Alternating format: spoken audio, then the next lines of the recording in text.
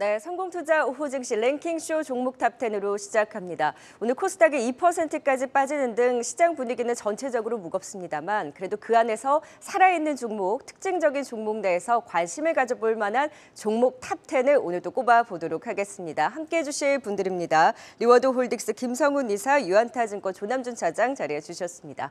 어서 오세요. 네, 안녕하세요. 네. 자, 우리가 이렇게 무거울 때 과연 어디에서 조금 더 기회를 엿봐야 할지 오늘장의 관심주 종목 탑10 바로 12종목 공개해 보겠습니다.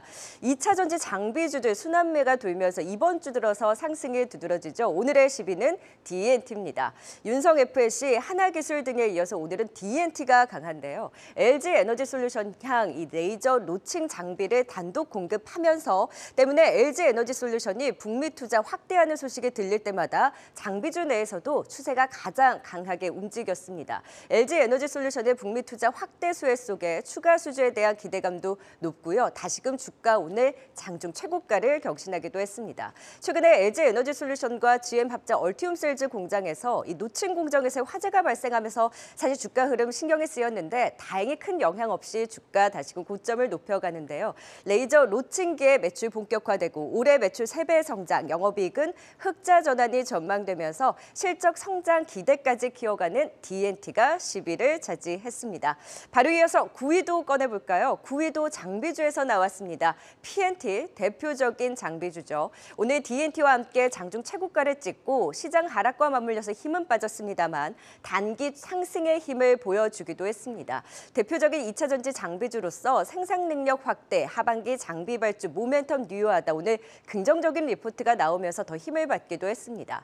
배터리 3사의 증설에 따른 수혜, 3, 4양 장비 수주가 지속이 되면서 높은 이익률을 유지할 것으로 보이고요. 올해 실적 추정치 상향과 함께 눈높이가 높아지고 있는 P&T가 9위를 차지했습니다. 바로 이어서 8위 종목, 과연 어떤 종목이 8위에 이름을 올렸을까요? 네, OCI네요. 오늘은 리포트 효과를 받는 종목들이 두드러집니다. OCI도 오늘 리포트가 나왔죠. 시장 분위기가 오늘 좀 쉬어가다 보니까 역시 장 초반보다는 힘은 빠졌지만 목표가 상향 리포트와 함께 찬찬히 고점을 높여가고 있습니다. 인적 분할을 앞두고 주목도가 높아지고 있는 가운데 실적 전망치 상향 움직임 나오고 있고요. 주가 저평가 분석 속에 꿈틀꿈틀대고 있습니다. 이 폴리실리콘 평균 판매가 상승할 것으로 전망되면서 실적 기대치가 높아지고 있고 인적 분할로 향후 태양광 사업을 영위하는 OCI 홀딩스의 주가 가치 재평가가 기대가 되고 있습니다. 인적 분할 전에 관심을 가져야 되는 걸까요? 8위는 OCI가 차지했네요. 10위부터 8위 종목까지 공개를 해봤고요. 10위 종목부터 전략 세워볼까요? 네, 10위는 그 2차 전지 가운데 장비주입니다. D&T가 꼽혔는데요. 아무래도 이 LG 에너지 솔루션의 핵심 장비를 공급하는 만큼 LG 에너지 솔루션과 같이 갈 것 같아요. 조남준 차장님, D&T 어떻게 바라보면 좋을까요? 네, D&T는 원래 이제 디스플레이 장비에서 이제 검사를 수행하는 장비 업체였는데요. 이제 2차 전지 노칭 장비를 개발을 하면서 이제 좀 부각이 되고 최근에 오늘 신고가를 돌파하고 있는 그런 모습입니다. 이제 LG 에너지 솔루션이 이제 글로벌 2위의 배터리 회사인데요. 합작법인인 얼티엄 셀즈향 수주를 하면서 지금 주가가 한 단계 점프업 했고요. 양극재 레이저 노칭 장비가 ASP, 그러니까 평균 판매 단가가 기존 프레스 장비에 비해서 한 30% 정도 단가가 높아진다. 이런 이슈로 지금 상승하고 있는 모습입니다. 작년까지는 그렇게 실적이 좋지 않았습니다. 그럼에도 불구하고 이번 연도부터 아주 급격한 턴어라운드에 내년까지 성장이 예상된다고 할 수 있겠습니다. 근데 하지만 이제 최근에 이제 높아진 주가 수준과 시가총액도 원래 한 1,000억대 수준에서 이제 좀 머물렀었는데 이제 3,000억대까지 올라오면서 지금 시점에서는 조금 단기적으로 조금 뭐라 그럴까요? 좀 물릴 가능성이 좀 있지 않을까 네. 이런 생각을 좀 하고 있고요. 그러니까 2만 원에서 2만 원이 깨지면 한번 매수해보고 그리고 한 2만 3천 원 정도에도 매도해보는 이런 단기 트레이딩 전략을 좀 제시해드리도록 하겠습니다. 조남준 차장께서는 이미 많이 오른 만큼 조금 조심해야 된다 말씀 주셨는데 김성훈 이사님은 어떻게 바라보세요? 네, 최근에 D&T 같은 경우에는 일단은 뭐 하나기술과 마찬가지로 LG 엔솔향 밸류체인의 대표적인 조립 공정의 종목이라고 보셔도 될 것 같습니다. 하나기술에 대한 종목들이 최근에 상당히 좀 급하게 올라오면서 DNT까지 이제 종목의 또 순환의 성격으로 올라온 부분도 분명히 있다라고 좀 봐야 될 것 같습니다. 물론 이제 뭐 실적에 대한 부분들 올해 같은 경우 상당히 좋을 것으로 예상이 되고 있기 때문에 긍정적으로 볼 수는 있겠습니다만은 단기에 올라왔던 부분들 그리고 오늘도 여러분들 보시게 되면은 2차 전지 섹터들 좀 더 힘을 조금씩 잃어가는 것들이 슬슬 보이고 있습니다. 그렇기 때문에 지금 구간에서는 중장기적으로는 좀 긍정적으로 볼 수 있겠습니다만은 지금 구간에서 조금 더 중립적 관점 보시고 좀 밀렸을 때 좀 담아가시는 그런 전략이 좀 필요하지 않을까 이렇게 보고 있습니다. 조남준 차장이 그 얼티움 셀즈에서 화재가 났었잖아요. 네네네. 이 부분은 레이저 노칭에 대해 좀 의구심이 드는 거 아닌가 했었는데 주가는 그래도 좀 잘 넘어갔거든요. 이거 괜찮은 건가요? 그러니까 그게 그 화재가 정확하게 이제 노칭 장비 때문에 이렇게 화재가 났다. 이런 걸로 결론이 난 건 아니기 때문에 네. 뭐 실제로 그렇게 따지면은 그 불 한 번 나면 거기에 들어가는 모든 장비 업체들이 문제가 될 수 있다는 건데 네. 좀 약간 이슈로 그냥 넘어가는 그런 분위기. 계속해서 반복된다면 이 기술 자체가 좀 문제가 될 수도 그러니까요. 있겠지만 아직까지 그런 단계는 아니다라고 말씀드리겠습니다. 네, 다행히 뭐 정상 가동되고 있다고는 네. 하는데 일단 주가는 고점을 다시 한번 경신하긴 했습니다만 단기 급등한 데따른 일단 지금 시점에서 좀 트레이딩 관점으로 두 분 다 공통된 의견을 주셨고요. 9위도 PNT 역시 장비주에서 올라왔습니다. 대표적인 2차 전지 장비주이긴 한데 말씀해 주셨다시피 단기적으로 좀 반등에 나왔고 장비주들의 순환 반등에 한번 돈 거 아닌가라는 생각이 드는데 PNT는 어떤 전략이 유효할까요, 김성훈 이사님? 네, PNT 같은 경우 누가 뭐라고 해도 이 2차 전지 장비주 중에서는 거의 대장주의 역할을 하고 그렇죠. 있는 종목이죠.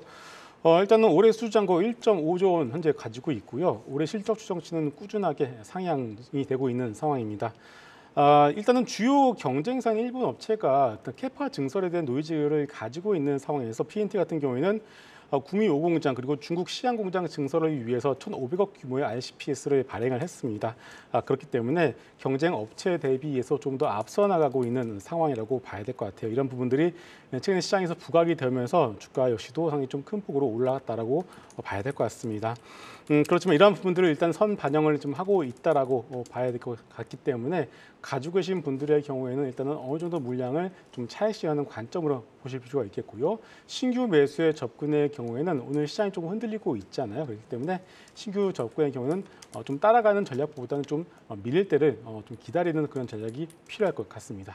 네, 대표적인 2차 전지 장비주로서 주목할 만은 하기는 하나 역시 단기적으로는 이런 순환매가 한 바퀴 돌았기 때문에 신규 매수는 조금 더 기다렸다가 이런 조정을 이용한 매수 관점 갖고 계신 분들도 슬슬 수익 실현을 하자라는 의견을 주셨습니다. 조남준 차장도 같은 의견이실까요?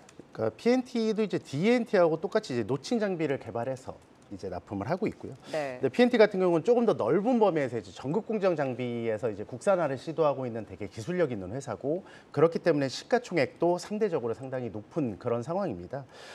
현재 기준으로 보면 밸류에이션 측면에서 좀 본다면 이번 연도 내년 매출 기준으로 한 50% 이상씩 성장이 가능하고요. 영업이익도 마찬가지로 큰 성장이 가능하기 때문에 상대적인 변동성은 좀 적을 수 있다라고 생각을 하고 있고요. 만약에 이제 장비주들이 지금 좀 조정을 받고 오늘 좀 약간 피크아웃 이슈가 좀 있잖아요. 오늘 윗꼬리를 아주 길게 달고 맞아요. 내려왔는데요. 그럼 여기서 어느 정도 좀 트레이딩 전략으로 내려온다면 안전한 선택으로는 PNT가 맞는 것 같고 조금 더 공격적 선택으로는 DNT가 맞는 것 같고 지금 오늘 고점 대비 한 15% 빠졌다고 이제 올라가겠지 이런 논리는 좀 아닌 것 같습니다. 네. 그럼 갖고 계신 분들은 지금 고점 대비 확 빠졌잖아요. 네. 지금 또 줄이시기에는 아까우실 것 같은데요. 제가 이제 항상 말씀드리는 게 이제 대장은 단봉에 죽지 않는다 이런 말씀을 네. 드렸는데 이제 2주 전이죠. 그때 한번 지금 현재 같은 흐름이 한번 나왔었어요. 그리고 한번 눌렸다가 이제 전고점을 넘는 흐름이 오늘 나오면서 윗꼬리를 달았거든요. 네. 그렇기 때문에 조금 조심스러운 부분은 있지만 만약에 이 2차 전지 업종 자체가 지금 여기서 끝나는 게 아니라면 분명히 나올 기회를 한번 줄 수 있거든요. 그럴 때 어쨌든 비중을 좀 덜어내시는 그런 전략이 필요해 보입니다. 네, 이어서 8위 살펴보도록 하겠습니다. 8위는 OCI인데요. 올해 들어서 주가가 꾸준하게 오르고 있더라고요. 아무래도 가장 큰 이슈는 이 인적 분할일 것 같은데 인적 분할 이후에 계속 관심 가져도 좋을까요, 조남준 차장님? 네, OCI 같은 경우는 결론적으로 말씀드리면 인적 분할 전에 매수해서 한 달을 묵혀놓으면 하나케미칼 같은 그런 흐름이 보일 수 있다라고 생각을 하고 있습니다. 자, 인적 분할 이후에 거래가 재개되잖아요. 네. 그러면 그날 대부분의 가치는 다 반영됩니다. 그래서 앞으로 좋아질 거니까 더 갖고 있어야지 이런 논리보다는 가격적으로 좀 본다면 제가 생각하는 가격은 한 11만 원 언저리예요. 이 가격에 산다면 한 14만 원 이상에서 팔 수 있는 그럼 한 30%에서 40% 정도의 한 달 정도 그냥 기다려서 주가 등락이 없기 때문에 오히려 마음 편하게 기다릴 수 있거든요. 그리고 분할 이후에는 분명히 이 가치가 너무 태양광에만 초점이 맞춰져 있잖아요.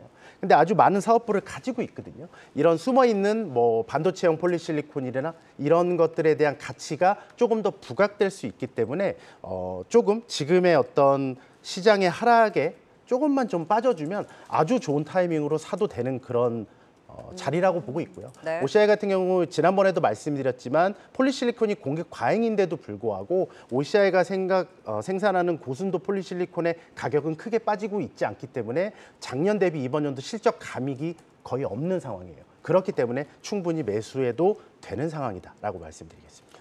네, 분할 전에 이 11만 원 부근에서 매수를 해야 된다 말씀을 주셨고요. 그럼 김성훈 이사님은 OCI 어떻게 바라보세요? 네, 거의 비슷한 의견입니다. 일단 폴리실리콘 가격에 대한 어떤 논란이 분명히 있을 수 있겠지만 OCI가 생산하는 폴리실리콘 가격의 경우에는 일단 뭐 상승에 대해서 조금 더 의견이 좀 주고 싶고요. 그렇기 때문에 일단 뭐 거래 정지에 대한 부분들이 이 이벤트가 남아 있는 상황에서 굳이 무리하게 추격을 할 필요는 없다라고 생각을 합니다. 5월 1일이 거래 정지인데 일단은 그 전에 주가가 밀린다라면은 그 주가 조정을 이용해서 한 달 정도 묵혀두는 전략은 충분히 좋다라고 판단하고 있습니다. 네, 지금 폴리실리콘 평균 판매 단가는 오른다. 사실 폴리실리콘 시황 자체적으로 의구심이 많은데도 불구하고 판매 단가가 오르면서 실적에 긍정적인 분석들이 나오고 있는 거잖아요. 그러면 실적은 하반기로 갈수록 좀 더 기대를 걸어볼 수 있는 걸까요, 조남준 차장님? 네, OCI는 예전에 동양제철화학이었죠. 그러니까 화학회사입니다. 여전히 그 태양광의 매출 비중보다 화학 매출이 높습니다. 그리고 지금 전 세계 태양광 밸류체인은 중국 업체들이 다 가지고 있거든요.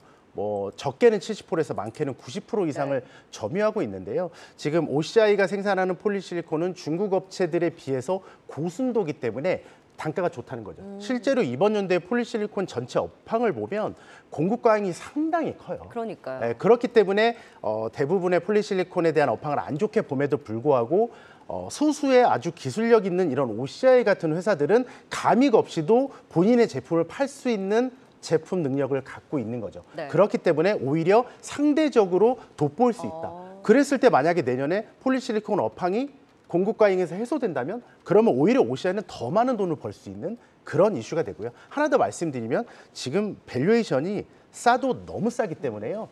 물려도 되는 자리다 이런 생각을 하고 조금 더 가격적으로 본다면 서두에 말씀드렸듯이 한 11만 원 정도 사면 아주 저스트 타이밍이다라고 생각합니다.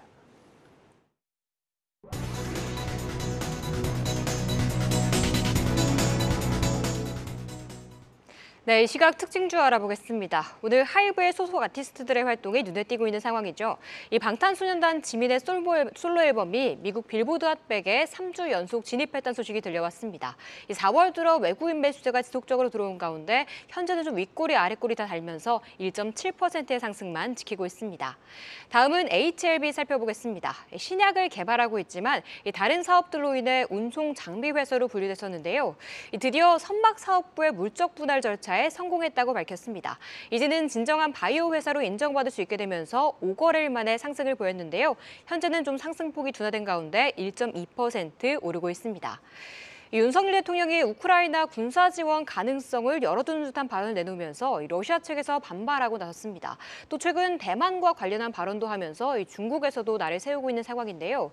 이 지정학적 리스크가 불거지면서 사료주가 움직이고 있습니다. 이 팜스토리가 장중 27%까지 급등하기도 했는데요. 현재도 두 자릿수의 급등 이어가면서 23% 오르고 있습니다. 지금까지 이 시각 특징주 알아봤습니다.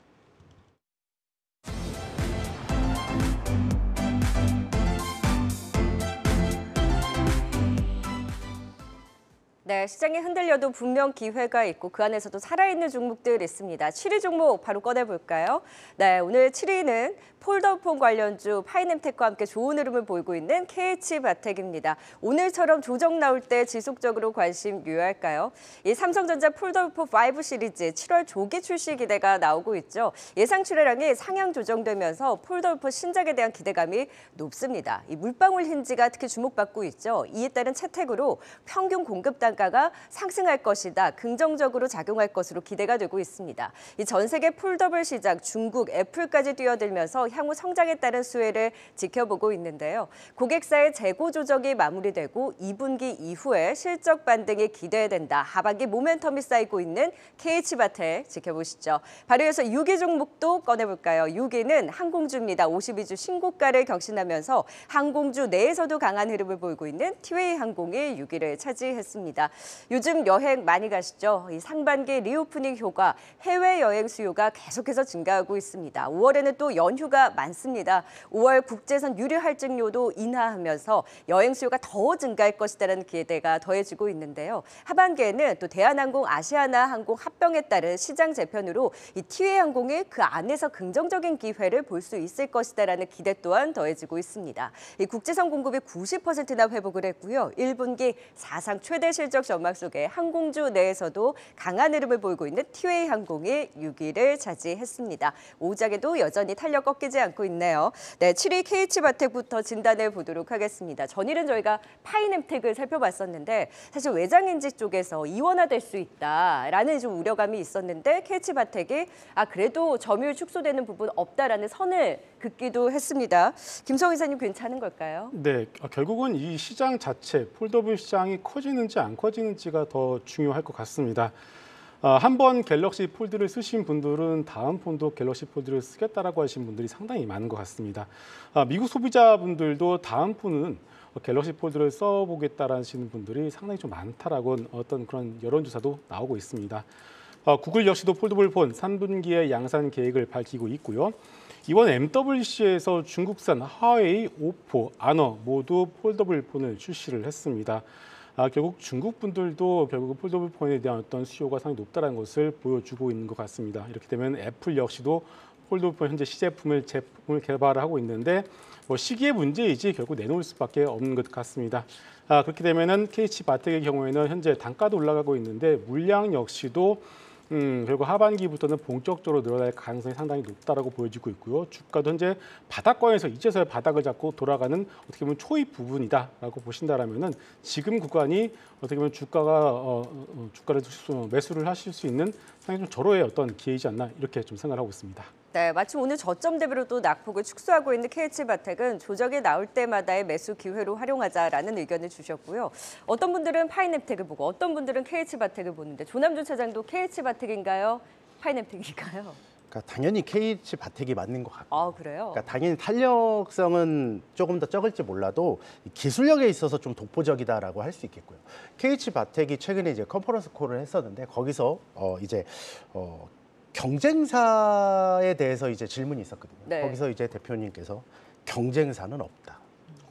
기술력 측면에서 경쟁사는 없습니다. 그래서 이원화에 따른 그 시장 점유율 축소가 없다고 자신을 한 네, 거죠? 맞습니다. 그래서 현재 기준으로 이원화는 당연히 돼야 될 거라고 하지만 기술력 차이가 너무 크기 때문에 거기에 기존 U자인지에서 물방울인지까지 넘어가면서 지금 현재 삼성의 폴더블 시장 점유율이 90% 이상이에요.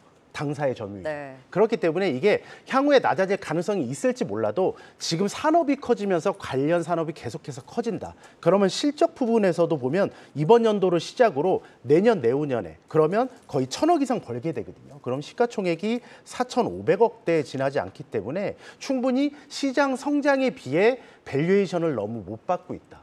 솔직히 2차 전지들은 뭐 5년, 10년 뒤에 뭐 어떤 밸류에이션을 끌어오잖아요. 그러면 우린 KH바텍 3년 뒤 밸류에이션만 끌어와서 그리고 10배를 줍시다. 그러면 시가총액 1조가 되는 거거든요. 그런 측면에서 본다면 지금 최근에 주가가 조금 올라 있음에도 불구하고 충분히 좀 공략을 해서 가져가 볼 만한 종목이다라고 생각하고 있습니다.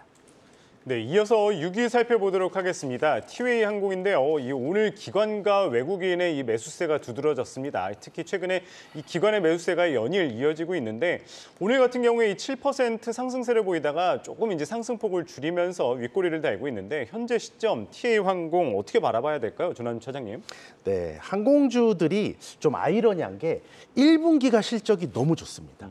자, 현재 1분기에 운행 편당 국제선 기준으로 여행객 수가 역대 최대예요. 역대로. 이게 어떤 일이냐면 지금 현재 경기도 안 좋고 여러 가지 불안한 상황이 많잖아요. 그럼에도 불구하고 예전에는 여행을 하는 것을 가장 먼저 줄였는데 지금은 우리가 팬데믹 기간 동안에 한 3년, 4년을 못 갔기 때문에 보복 심리로 여행은 무조건 가야 되는 거죠. 그렇기 때문에 지금 폭발적인 성장을 하고 있고 특히 티웨이 항공은 그런 팬데믹 기간에도 불구하고 운행 대수, 비행기 대수를 한 5대 늘렸어요. 네. 그러면서 지금 이 레버리지 효과가 나타나고 있고요. 근데 다만 그 말씀드렸듯이 1분기에 너무 실적이 좋아서 이번 연도 연간으로는 작년보다 훨씬 좋지만 내년, 내후년에 이번 연도보다 더 잘 벌 수 있을까? 이거에 대한 퀘스천 마크가 좀 있는 거죠. 피크아웃 우려가 있고. 네, 맞습니다. 네. 그렇기 때문에 주가는 어느 정도 충분히 올라왔고 밸류에이션도 이번 연도 기준으로는 전혀 부담스러운 상황이 아니지만 내년, 내후년을 봤을 때는 이번 연도 상반기에 어느 정도 이제 이 주가 상승에 대한 어떤 피크아웃을 찍지 않을까라는 생각이 있기 때문에 신규 진입자 입증에서는 너무 싸다고 이번 연도 실적이 좋다고 덥석 물기는 조금 부담스럽다. 이렇게 좀 생각하고 있습니다. 실적이 너무 좋다고 너무나 긍정적으로만 생각하지 말자 말씀을 주셨는데 김성훈 이사님은 어떻게 보세요? 네, 좀 장점과 단점을 동시에 가지고 있는 것 같습니다. 일단 티웨이 항공의 경우에는 다른 저가 항공사 대비 가장 큰 장점은 바로 중장거리를 대응할 수 있는 A330 기종을 가지고 있다는 점입니다. 이것을 가지고서 호주도 가고 있고요. 이번에는 또 좀 더 유럽 쪽도 이제 좀 취향을 좀 하고 있는 상황이죠. 이것이 중요한 이유는 그동안 중장거리의 경우에는 대한항공, 아시아나항공밖에는 갈 수가 없었던 상황인데 이것을 합리적인 가격으로 저가 항공사를 이용할 수 있다는 점을 좀 파고든 것 같습니다. 상장사는 아니지만 에어프레미아라는 항공사가 있습니다. 이 항공사를 이용해 보신 분들은 아시겠지만 합리적인 가격으로 미국을 갈 수 있다는 점이 상당히 좀 큰 장점으로 다가오고 있는데 이렇게 된다라면은 굳이 대한항공과 아시아나항공을 탈 이유가 없다라는 것이겠죠. 그렇기 때문에 이런 점점을 티웨이 항공은 분명히 잘 가지고 있습니다. 다만 단점은 또 무엇이냐? 대한항공과 아시아나항공이 합병하게 되면은 합병 이후에 저가 항공사들도 당연히 합병을 하게 되겠죠. 그렇게 되면은 이런 합병된 통합 저가 항공사들이 이 티웨이 항공이 취하고 있는 노선에 똑같은 노선을 같이 대응을 할 수가 있습니다. 이렇게 되면은 경쟁이 될 수밖에 없겠죠. 그러면은 티웨이 항공이 가지고 있는 장점이 그때는 없어질 가능성이 있기 때문에 지금 부분에서는 좀 더 중립적 관점으로 접근하는 것이 좋을 것 같습니다.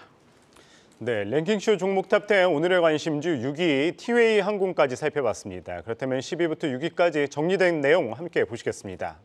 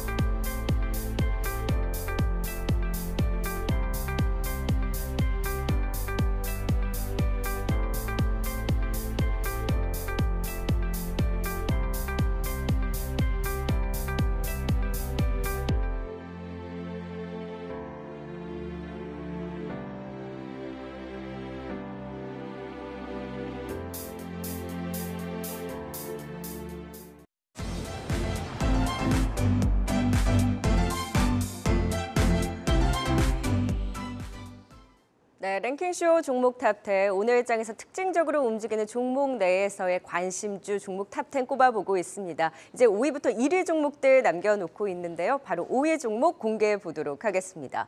오늘 러시아와의 긴장 속에 빅텍, 스페코 등 전쟁 테마가 들썩이는 가운데 5위는 한화에어로스페이스입니다. 이 방산주들 자체적인 모멘텀까지 함께 부각되면서 움직이고 있는데요. 한화에어로스페이스 1분기 어닝 서프라이즈가 기대되고 있고요. 폴란드의 2차 계약, 또 호주, 호주, 루마니아까지 K9 도입 가능성의 수주 모멘텀 여전히 강합니다. 증권가에서도 K9 자주포 수주를 주목하자 특히 한화테크인이 사명을 변경하고 한화비전으로서의 향후 그 가치 더 부각될 것으로 바라보고 있습니다. 고점에서 살짝 쉼을 주는 하나에어로스페이스 타이밍을 잘 잡아봐야겠네요. 오늘의 5위입니다.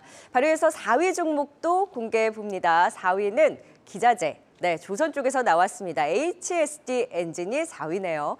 26일 한화그룹과 대우조선해양 기업 합병 승인 결론을 앞두고 주목되고 있는 가운데 이 한화 임팩트로 피인수된 HSD 엔진도 주목을 받고 있죠. 한화그룹의 선박 건조부터 엔진까지 이 조선 밸류체인 수직 계열에 따른 시너지 확대 기대되고 있고요. 올해 실적 개선 전망도 더해지고 있습니다. 한화그룹의 피인수 긍정적이다 증권가에서도 평가하고 있고요. 고수익 엔진 수주 증가로 물 들어오고 있는 조선업종 내에서도 HSD 엔진 그 기대는 높아지고 있습니다. 4위를 차지했네요. 네, 바로 이어서 3위입니다. 역시 52주 신고가를 격신하면서 치과 치료 관련주들 추세 계속해서 이어가고 있는 가운데 그 안에서 덴티움이 3위를 차지했습니다. 이 신흥시장에서의 성장 그리고 중국 시장에서 임플란트 침투율이 아직까지 높지 않은 만큼 향후 임플란트 접근성이 확대된다면 전국에서의 시장 점유율이 더욱더 확대될 것이다라는 기대감이 나오고 있습니다. 이 글로벌 시장에서의 성장 잠재력을 감안했을 때 긍정적이다 목표가 상향 리포트가 오늘 나왔는데요. 신흥시장을 공략, 강화하고 또 실적 대비 주가 저평가 구간에서 관심을 가져보자 임플란트주 긍정적인 흐름 계속되고 있습니다. 그 안에서 덴티움이 3위를 차지했네요. 5위부터 3위 종목까지 체크해봤고요. 5위부터 다시금 전략 세워볼까요? 네, 5위는 한화에어로스페이스입니다. 방산 대장주로 꼽히고 있죠. 워낙 이번 정부에서 방산주를 밀어주는 만큼 기대되는 곳 중에 하나인데 최근에는 이제 고점 대비 조금 쉬어가는 모습을 보이고 있어요. 그런데도 지금 이 시점에서 좀 어떻게 바라봐야 될까요, 김성훈 이사님? 네. 방산주들의 경우에는 작년부터 이어진 어떤 성장의 스토리와 실적에 대한 부분들이 전혀 훼손된 것이 없었습니다. 그런데 올해 들어서는 2차전지 섹터에 조금 밀리면서 좀 주도주의 역할을 좀 내어준 것이 사실인데요. 그렇지만은 바닥권에서 스물스물 올라오고 있었고 하나에어로스페이스의 경우에는 오히려 다른 방산주들 대비해서 50주 신고가를 먼저 경신을 이제 하고 있었던 상황이었었죠. 실적에 대한 부분들은 모든 방산주들이 마찬가지로 전혀 실적에 대한 어떤 노이즈는 전혀 없는 상황입니다. 하나에어로스페이스 역시도 1분기 실적 같은 경우에는 영업이익 모두 YOY 대비해서 상당히 100% 이상 올라갈 것으로 이제 기대를 하고 있고요. 추가적인 수주 모멘텀 여전히 진행 중이라고 보셔도 될 것 같습니다. 여기에 대해서 수급 이벤트도 있죠. 5월 MSCI에서 편입 가능성이 상당히 좀 높아지고 있다는 점도 긍정적으로 보셔도 될 것 같습니다. 일단 오늘 같은 경우에는 이제 방산에 대한 어떤 테마, 어떤 이런 부분들이 좀 겹쳐지면서 주가의 어떤 흐름들이 나타나고 있는데 방산의 대장주 역할을 하고 있는 만큼 전혀 매도할 이유는 없다라고 판단이 되고 있습니다. 가지고 계신 분들의 경우에는 꾸준하게 가져가 보셔도 좋을 것 같습니다. 네, 한화에어로스페이스 긍정적으로 말씀 주셨는데 이 한 가지 대우조선해양 인수 관련해서는 좀 어떻게 바라봐야 될까요, 조남준 차장님? 네, 대우조선해양 인수 주체가 이제 하나그룹에서 세 업체가 하는데요. 에어로스페이스, 하나시스템 그리고 하나임팩트가 이제 나눠서 인수를 하게 됩니다. 최근에 이제 조선주들이 이번 연도부터 이제 실적이 턴어라운드하는 건 다 알고 있었어요. 근데 주가는 움직이지 않았거든요. 근데 드디어 이번 달에 움직이기 시작하면서 지금 하나그룹이 인수한 대우조선해양의 가치도 덩달아 올라가는 모습입니다. 그렇기 때문에 하나에어로스페이스 입장에서는 상당히 긍정적이라고 볼 수 있고요. 그리고 하나에어로스페이스가 이제 방산 측에서 보면 이제 K9 자주포를 만든 그 회사거든요. 그래서 글로벌리 자주포 시장에서 판매량 1위예요. 그래서 제일 잘 만들고 제일 멀리 나간다는 독일 제품에 비해서 사거리나 일부는 떨어지지만 가격이 반값도 안 돼서 상당히 많이 팔리고 있는, 그래서 방산 부분 그리고 우주항공 부분 거기에 조선 부분까지 한다면 상당히 주가를 보면 좀 부담스럽잖아요. 그럼에도 불구하고 대체 불가능한 우주항공 방산 회사로서 충분히 매수도 가능하다라고 생각하고 있는 기업입니다. 네, 그러면 여기에 더해서 4위 HSD 엔진도 진단을 해볼까요? 지금 하나그룹과 대우조선해양의 이런 합병 이슈에 계속해서 주목을 하면서 HSD 엔진도 움직이고 있는데 조선업종에 슬슬 좀 물이 들어오는 것 같아요, 조남준 차장님. 자, 이번 연도에 이제 그 2차 전지를 위시한 코스닥의 상승이 너무 컸어요. 그러면서 이제 상대적으로 코스피 종목들이 많이 못 갔거든요. IT 위주로 갔었지 실제로 조선, 건설 이런 업종들은 정말 형편이 없었는데 이제 조선업체들이 지금부터 바닥턴하고 시작하는 흐름을 이어간다면 충분히 이런 관련 종목들도 상당히 수혜를 받을 거라고 생각하고 있고요. 앞서 마찬가지로 HSD 엔진도 하나그룹에 이번에 인수가 됩니다. 주당 인수 가격이 합쳐서 8,299원이에요. 현재 기준으로 여전히 인수 가격 대비 낮은 가격이고요. 맞아요. 네. 그 전에 또 주가가 좀 한 단계 빠져서 이제 올라오고 있는 상황이기 때문에 신규 진입자 입장에서도 지금 바로 사도 되는 그런 가격이라고 생각하고 있고요. 하나그룹에서 HSD 엔진을 왜 샀느냐? 그럼 결국에는 이 엔진 분야에서 2위를 하고 있는 회사고요. 독보적인 기술력을 갖고 있는 회사이기 때문에 충분히 시너지가 많이 날 것이라고 보고 있고요.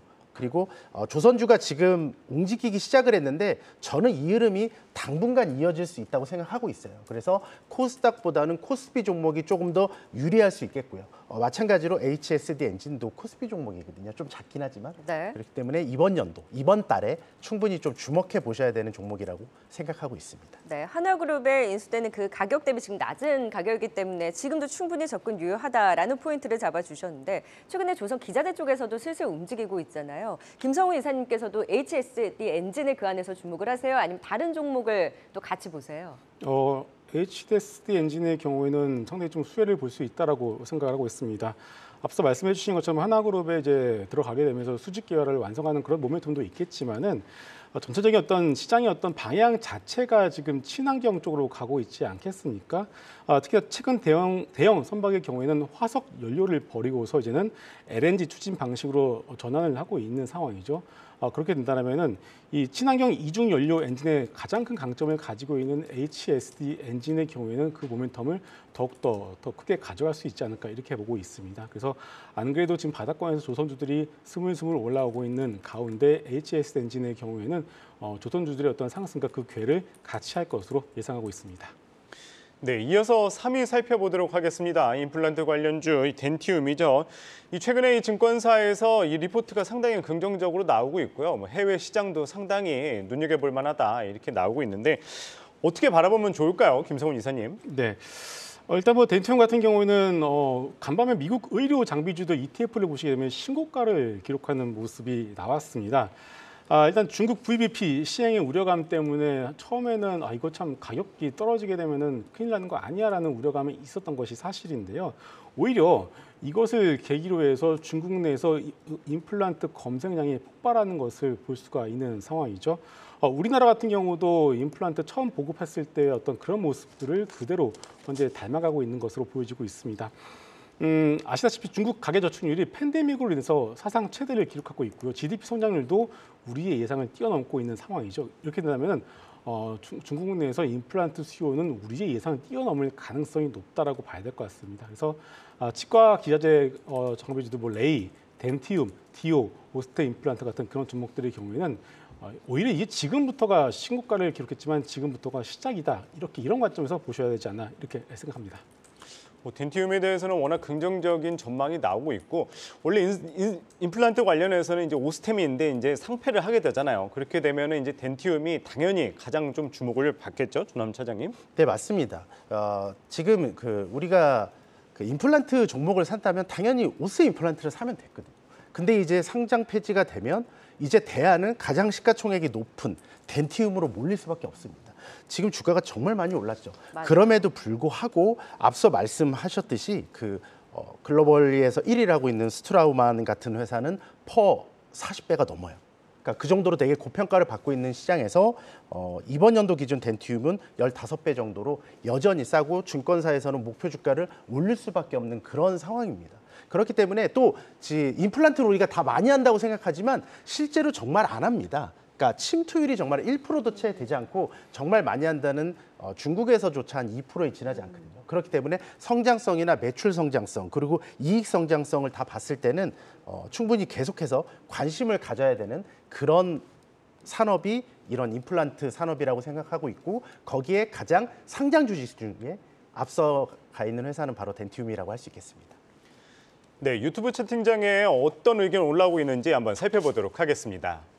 네, 오늘 우리 시장 모두 하락세를 그리면서 투자자분들 걱정이 많으실 텐데요. 어떤 의견을 갖고 보고 있는지 함께 알아보겠습니다. 먼저 서로땡님은 오늘부터 조정 시작인 것 같아요 라는 의견 남겨주셨는데요. 이 지정학적 리스크도 있고 또 상승에 따른 부담도 있어서인지 오늘은 좀 크게 조정받고 있는데요. 이 코스닥이 2% 넘게 빠져서 좀 걱정되는데 그래도 증시 대기 자금이 조금 많은 상황이니까 오늘은 슬프더라도 조금 더 지켜보자고요.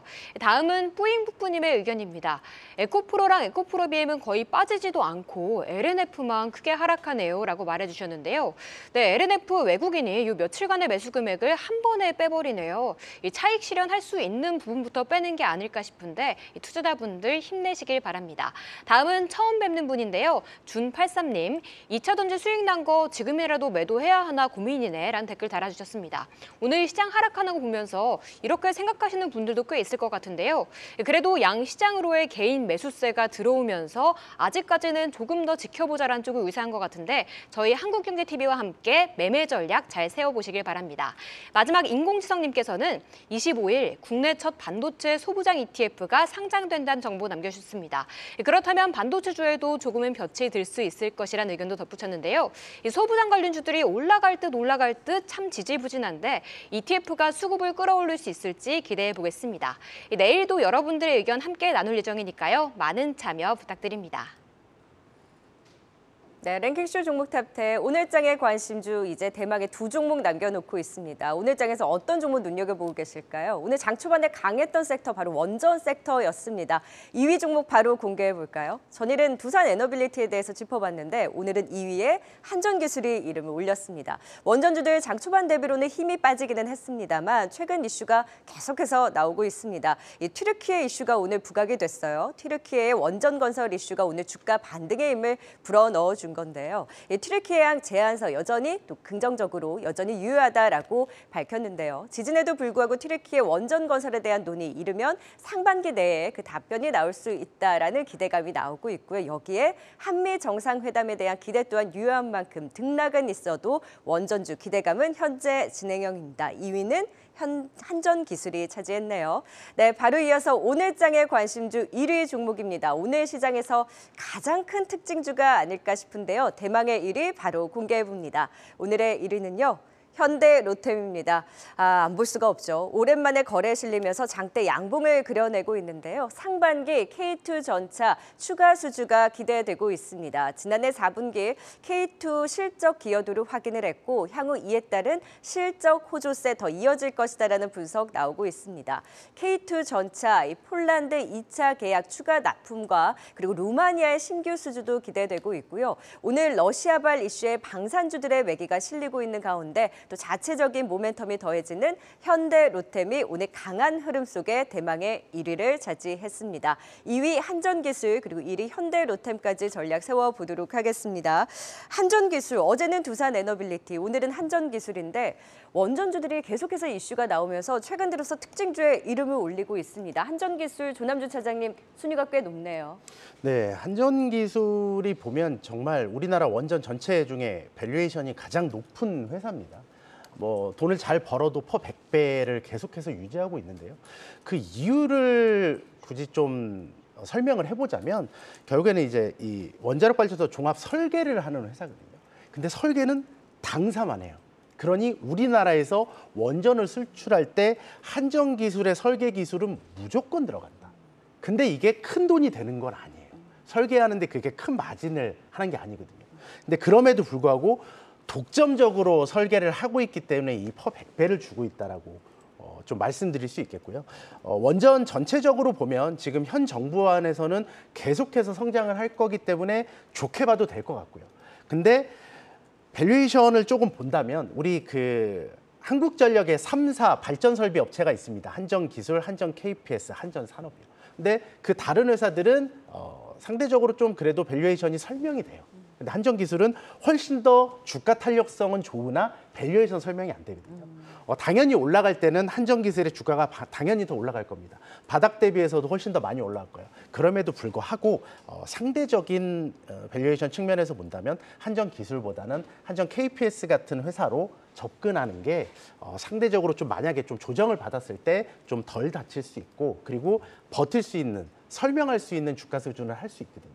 그렇기 때문에 한전기술은 지금 좀 빠졌다고 덥석 물기보다는 좀 다른 회사들과의 밸류에이션 비교를 조금은 해보는 전략을 필요하다고 생각합니다. 네, 자 한전기술 2위에 오르기는 했지만 조정을 받았을 때는 한전 KPS도 같이 좀 더 지켜보자라는 의견을 주셨는데 김성훈 이사께서는 오늘의 한전기술 지금 윗골을 잡고 내려왔지만 하지만 한미 정상회담에 대한 또 이벤트가 있잖아요. 지금 시점에서의 전략 어떻게 보세요? 네, 결국 최근에 주가의 어떤 모멘텀 자체가 한미 정상회담에 대한 기대감 때문에 올라왔던 것을 봤을 때는 다음 주에 있을 정상회담의 어떤 내용 자체를 먼저 주목을 할 필요가 있지 않을까 싶습니다.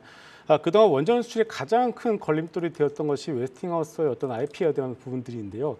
이것이 이번 방미 이후에 깔끔하게 정리가 되는지를 먼저 확인한 이후에 접근을 하시는 전략이 필요하지 않을까 저는 이렇게 생각하고 있기 때문에 지금 뉴스에 의해서 뭐 추격 매수를 한 거나 아니면은 주가가 밀린다고 또 추격 매도 이런 좀 전략은 좀 지양하시는 것이 낫다라고 생각하고 있고요. 역시나 좀 뉴스를 먼저 확인하고 정부가 어떤 발표를 하는지를 확인하고서 대응하시는 것이 맞지 않을까 이렇게 생각합니다. 네, 랭킹쇼 종목 탑10 오늘의 관심주 대망의 1위는 방산주에서 나왔습니다. 이 현대 로템인데요. 오늘 이 리포트가 긍정적으로 나오면서 강하게 한 10% 넘게 상승세를 보이고 있는데 신고가를 경신을 했습니다. 그래도 지금 이 시점에서 좀 더 갈 수 있을지 궁금한데 김성훈 이사님 어떻게 보세요? 네. 결국 방산주들의 어떤 성장과 스토리에 대해서 전혀 의심할 수가 없었던 상황이었는데요. 주가 이제 갑작스럽게 튀어오르던 원인을 한번 간단하게 말씀드려보게 되면은 어제 있었던 윤석열 대통령의 대중국 강경 발언의 영향 그리고 우크라이나 전쟁 관련됐던 뭐 참전 어떤 이런 노이즈들이 좀 있었습니다. 이러면서 갑작스럽게 오늘 오전부터 소위 방산 관련주들이 급등하는 그런 모습이 나왔거든요. 이렇게 되면은 이제 뭐 현대 로템도 그렇고 여러 가지 종목들이 갑자기 원래도 방산주였지만은 갑자기 테마주처럼 수급이 몰렸었던 것들이 가장 크다라고 봐야 될 것 같아요. 이렇게 되면은 좀 원래 갈 종목이었었지만은 이렇게 급작스럽게 수급이 몰려가게 된다라면은 조금 쉬어가는 흐름도 나올 수도 있습니다. 그렇기 때문에 일단 지금의 경우에는 신규 접근의 경우에는 좀 조정의 어떤 그런 모습들을 기다리시는 것이 맞지 않을까 이렇게 보고 있고요. 물론 내용만 놓고 본다면 전혀 나무랄 데가 없습니다. 폴란드에 이어서 루마니아 쪽으로 추가 수주에 대한 기대감 여전히 남아 있고요. 그리고 실적에 대한 부분들도 사상 최대 실적이 나올 것으로 기대를 하고 있기 때문에 성장과 스토리는 전혀 노지가 없다. 하지만 기술적으로 봤을 때는 좀 과한 부분이 있기 때문에 신규 접근의 경우에는 조금 눌림목을 기다리자 이렇게 정리하겠습니다. 성장성도 그렇고 실적도 그렇고 상당히 다 긍정적이에요. 다만 아쉬운 부분이 이제 주가가 많이 올랐다는 건데 조남준 차장님은 어떻게 보세요? 예, 로템은 저는 이제 작년에는 그래도 좀 사는 게 되게 부담스럽다 이런 생각을 했었었는데요. 지금부터 본다면 이제 로템을 열차 관련주가 아니라 방산 관련주로 좀 본다면 괜찮을 거라고 생각을 하고 있고요. 특히 2분기에 저희 그 폴란드양 1차분이 작년에 이제 180대 수주를 받았었는데요. 지금 이거 원래 작년 말에 이거 수주를 받을 예정이었는데 계속 밀려서 6월 달에 2차분이 예정돼 있어요. 근데 800대가 넘습니다. 820대예요. 만약에 이걸 수주하면 밸류에이션 계산을 다시 해야 돼요. 현재 기준으로 1차 분만 하더라도 현대 로템의 2025년 영업이익은 5천억이 육박합니다. 현재 시가총액이 3조 4천억입니다.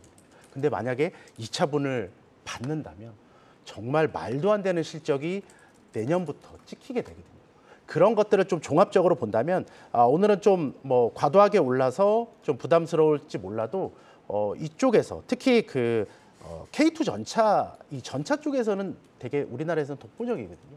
그렇기 때문에 좀 밸류에이션이 완전 바뀌어질 수도 있겠다. 그러니까 지금 3만 원대 초반에 엄청 많이 올라 있잖아요. 향후에 정말로 6월 달에 이 수주까지 정말로 좀 가능성이 높아져서 수주까지 한다면 앞자리가 한 번, 두 번, 세 번 이렇게 바뀔 수 있는 가능성이 있기 때문에 충분히 좀 관심 가지고 추적해서 봐야 되는 종목이라고 생각하고 있습니다. 네, 오늘 그 지정학적 리스크 테마가 붙으면서 사실 더 이제 쏠림 현상의 장대 양봉이 나온 거잖아요. 그러니까 자체적인 모멘텀도 분명 강하지만 그러면 어느 정도 자리가 왔을 때가 진입하기에 적정한 수준이라고 보세요, 조남주 차장님? 그러니까 보통 이제 이제 어떤 그런 외부적인 변수로 상승을 오전에 시가부터 강하게 붙게 되면요. 오후 들어서는 이제 그 재료가 좀 어느 정도 익숙해지면서 좀 많이 빠지는 그런 상황이 많이 연출이 되는데요. 현대 로템 같은 경우는 그래도 고점 대비 빠지긴 했죠. 한 5% 정도 빠졌습니다. 11%대에서 정말로 잘 버티고 있기 때문에 아마 제 생각으로는 당분간 며칠 정도는 옆으로 횡보할 거라고 생각하고 있어요. 네. 자, 올랐을 때 31,000원에 사는 거와 한 3, 4일 옆으로 횡보해서 31,000원에 사는 건 다르거든요. 그렇기 때문에 가격적인 측면에서 본다면 3만 원 초반 정도의 옆으로 횡보해서 온다면 충분히 매수해서 2차 상승을 노려볼 만하다라고 판단하고 있습니다. 네, 대망의 1위 현대로템. 일단 매수 시점은 조금 더 기다려보자. 오늘 단기 급등한 데 따른 조정을 이용한 매수 관점. 하지만 앞으로의 방향성, 성장에 대해서는 두 분 다 공통적으로 긍정적인 분석 주셨습니다. 네, 오늘 시장, 코스닥 시장이 지금 큰 폭의 하락이 나오고 있고 전체적으로 시장 분위기는 무겁습니다만 이 안에서 우리가 계속해서 기회를 엿볼 수 있는 종목 탑10 꼽아봤고요. 잠시 후에 또 시장에 대한 집중적인 분석은 마감 전략으로 더 이어가 보도록 하겠습니다. 5위부터 1위까지 투자 포인트 다시 한번 정리해 봅니다.